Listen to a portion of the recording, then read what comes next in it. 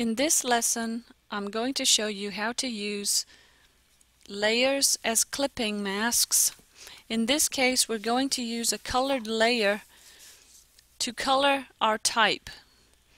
Now you might say you can color type just using the character menu, but this comes in useful when you are coloring other layers besides type.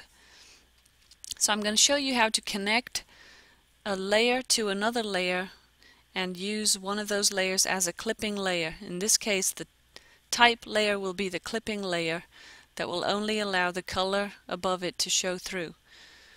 And so I am starting out by having my layers palette visible, and I'm going to select the type tool, and I'm going to put our word aloha in the upper left corner.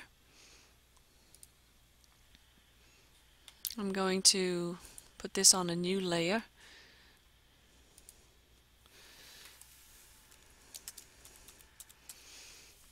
So I've typed in aloha.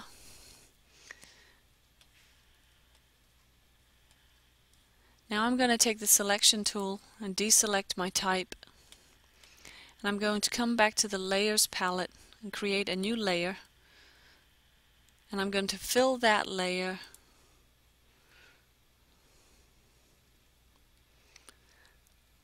with a color.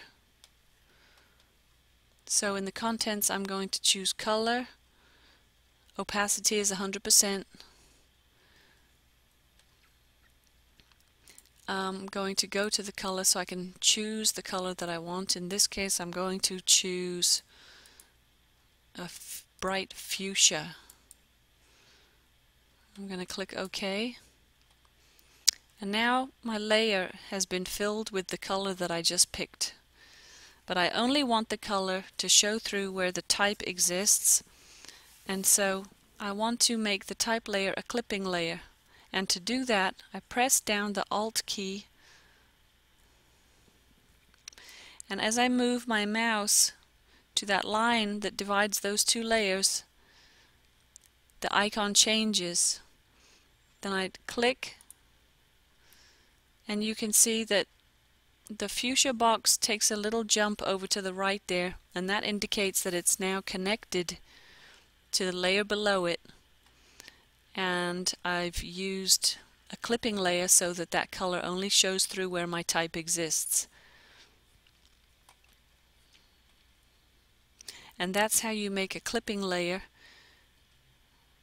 using a colored background and a type layer.